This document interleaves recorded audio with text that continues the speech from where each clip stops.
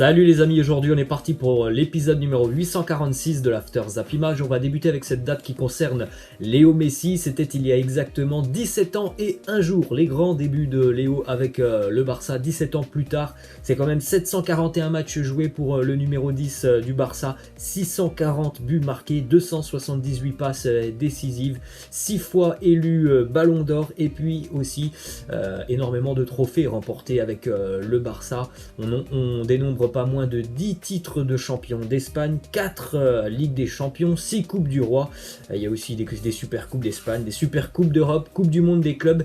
Un palmarès bien rempli pour le génie argentin. Ensuite, on continue avec le programme de la journée en Ligue des Nations.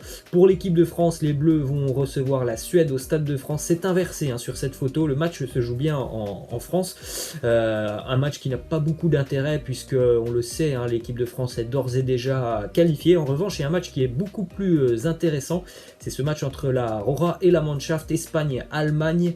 L'Espagne n'a qu'une option pour aller au Final Four, c'est de s'imposer face à l'Allemagne. En revanche, si l'Allemagne gagne ou fait match nul, les Allemands seront qualifiés pour ce Final Four. Donc un match qui a beaucoup plus d'intérêt que celui de l'équipe de France. Il y aura aussi une affiche entre la Croatie et le Portugal ce soir. On continue avec les éliminatoires au Mondial 2022 de la zone Amérique du Sud, puisque ce soir vous avez le choix.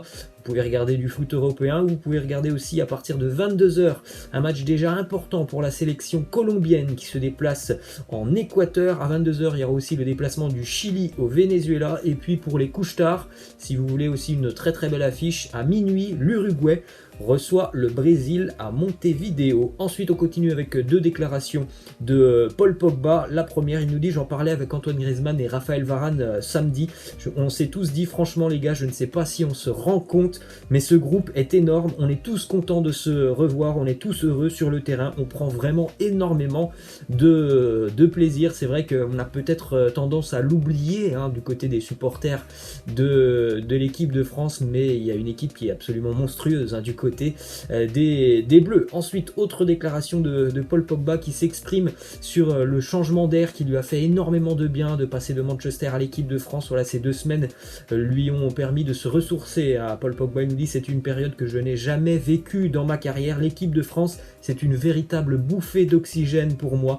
Nous sommes très heureux de venir ici. Ce n'est pas la même chose qu'avec le club. Nous sommes tous un groupe ensemble. C'est magique, ça lui fait du bien parce qu'il traverse des moments difficiles du côté de Manchester United. Et c'est un petit peu la même chose pour plusieurs joueurs en équipe de France. Je pense que vraiment ce rassemblement a aidé pas mal de garçons qui sont en difficulté dans leur club. Ensuite, Didier Deschamps, le sélectionneur des Bleus, qui envoie une nouvelle fois un message à Olivier Giroud, un petit ultimatum. Il lui dit, Olivier, il le sait, la situation qu'il vit aujourd'hui avec son club ne peut pas s'éterniser. Pour le mois de mars, il faudra qu'il trouve une solution autre que celle-là.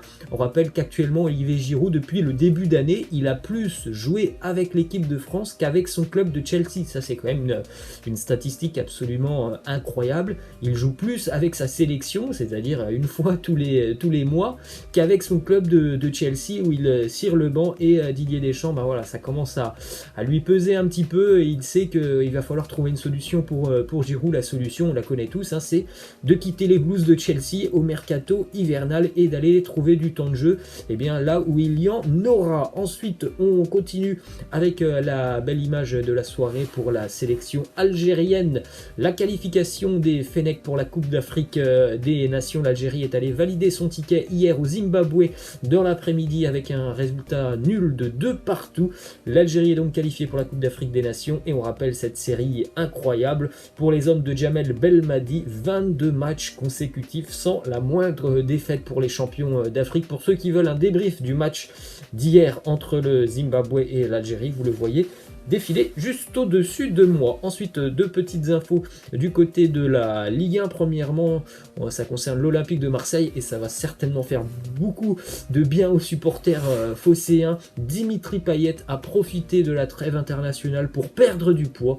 L'international français a décidé de retrouver son niveau. Il a déjà perdu quelques kilos d'après les infos de RMC Sport. Donc ça, c'est quand même plutôt une très très bonne nouvelle pour les phocéens, pour le groupe de André Villas-Boas, pour les supporters qui le voit vraiment être en grande difficulté depuis le début de saison.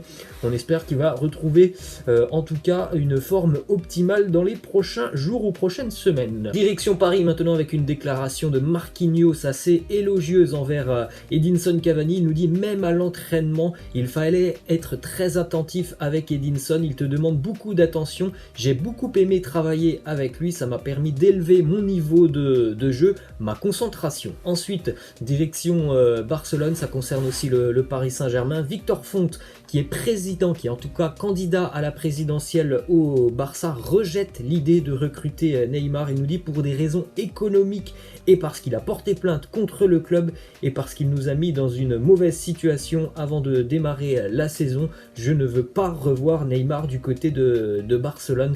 Victor Font est l'un des candidats favori à la présidence du côté du Barça. Ensuite, une autre info qui concerne le mercato hivernal des Catalans. Le Barça a ciblé 3 défenseurs pour un prêt cet hiver, des défenseurs qui sont plutôt en difficulté dans leur club. On a Antonio Rudiger qui ne joue pas beaucoup du côté de Chelsea, la même chose pour Mustafi avec Arsenal et Joel Matip avec Liverpool. Bon, il y en a un qui semble déjà quand même assez compromis, c'est Joel Matip, étant donné les blessures qu'il y a du côté des Reds de Liverpool. Ça serait quand même très étonnant que Liverpool le laisse partir sur ce mercato hivernal qui approche maintenant dans 1 mois et demi. Ensuite, une info qui concerne le duel de ce week-end en Espagne, le Barça Atlético. On attendait tous évidemment le match de Luis Suarez face à ses anciens coéquipiers. Et ben, il faudra patienter parce que malheureusement Luis Suarez a été testé positif au Covid hier, donc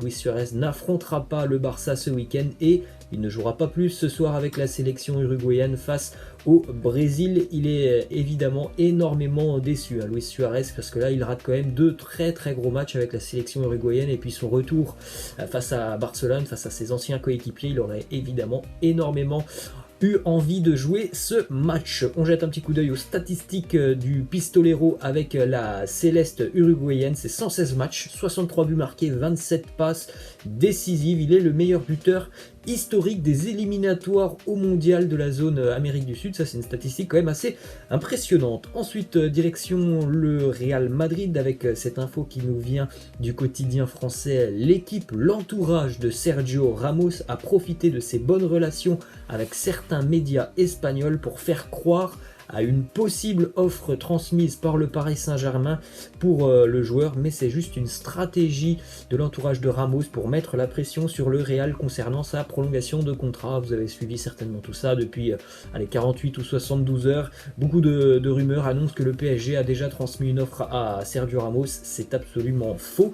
Ce ne sont que des rumeurs inventées du côté de l'Espagne. Ensuite, une info qui concerne Mariano Diaz, qui est conscient de sa situation au Real Madrid, mais il est quand même heureux d'être sur le banc de touche. Il sait qu'un départ dans n'importe quel autre club serait un pas en arrière dans sa carrière. Sous contrat jusqu'en 2023, Mariano Diaz souhaite rester du côté de Madrid. Bon, après, chacun mène sa carrière comme bon lui semble. S'il considère que d'aller chercher du temps de jeu ailleurs qu'à Madrid, c'est un pas en arrière, voilà, ça sera très compliqué évidemment pour Mariano Diaz. Ensuite, du côté de Liverpool, une mauvaise nouvelle de plus. Jordan Henderson s'est blessé avec la sélection anglaise face à la Belgique. Il souffre d'un problème musculaire. La liste des blessés du côté des Reds est maintenant très longue. On verra d'ailleurs ce week-end quelle sera la compo d'équipe concoctée par Jürgen Klopp, parce que là il y a vraiment énormément de blessés du côté des Reds.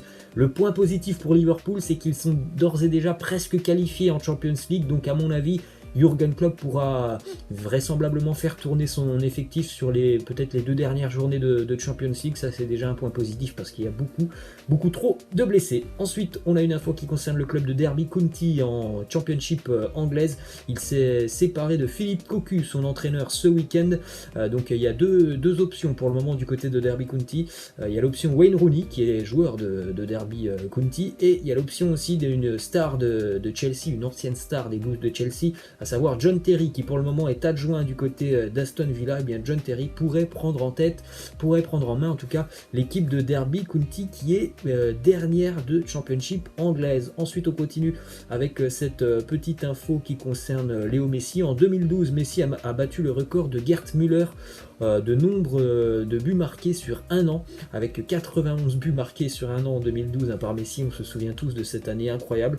Après avoir battu ce record, Léo Messi a envoyé son maillot à Gerd Müller. Aujourd'hui, le maillot de Messi est le seul objet du musée du Bayern qui n'est pas lié au club bavarois. Ça, c'est quand même un symbole assez fort. Ensuite, une info qui concerne Gonzalo Higuaín, qui est maintenant exilé aux États-Unis du côté de Miami. Et bien, Gonzalo Higuaín a déclaré qu'il n'était pas favorable à un retour en Argentine, notamment du côté de River. Il a annoncé que normalement il devrait terminer sa carrière aux États-Unis. Ensuite, on a une déclaration d'Alexander Seferin, président de l'UEFA, qui nous parle de la Super League européenne. Il nous dit: une Super League européenne, c'est hors de question, c'est juste le rêve de 2 ou 3 dirigeants en Europe qui ne savent pas encore que cela pénaliserait leur club. Alors les 2-3 dirigeants en Europe, on les connaît, hein. En tout cas on en connaît déjà 2, Florentino Pérez et puis Bartomeu, l'ancien président du Barça. Les deux étaient très favorables et sont toujours très favorables à la création d'une Super League européenne. On va terminer les amis avec cette question de fin: si vous aviez 6 € pour composer le trio parfait de votre milieu de terrain, eh bien laissez-moi en commentaire quels seraient vos choix. Vous avez 6 € pour sélectionner 3 joueurs dans ces 3 listes. Voilà les amis, c'est la fin de cet After Zapima. J'espère que ça vous a plu. N'hésitez pas comme d'habitude à vous abonner à la chaîne pour ceux qui ne sont pas abonnés, et puis un petit pouce bleu, ça ne coûte rien pour m'encourager. Voilà les amis, je vous laisse, je vous dis à demain, ciao.